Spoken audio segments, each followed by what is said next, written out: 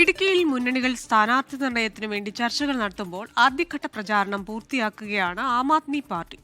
ജില്ലയിൽ 50 സ്ഥാനാർത്ഥികളുമായാണ് AAP കളത്തിലിറങ്ങുന്നത്.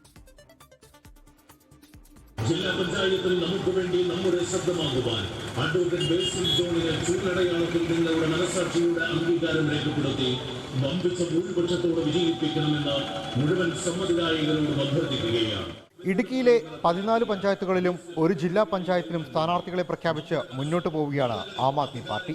കരിമണ്ണൂർ ഡിവിഷനിൽ നിന്ന് പാർട്ടിയുടെ ഇടുക്കി ജില്ലയിലെ പ്രമുഖ നേതാവും പാതിവില തട്ടിപ്പ് കേസിലെ സമര നേതാവുമായ ബേസിൽ ജോസാണ് മത്സരിക്കുന്നത്. LDFും UDFും NDAയും സീറ്റ് വിഭജന ചർച്ചകൾ പോലും പൂർത്തിയാക്കാത്ത സാഹചര്യത്തിൽ പ്രചാരണത്തിൽ മുന്നിലാണ് AAP.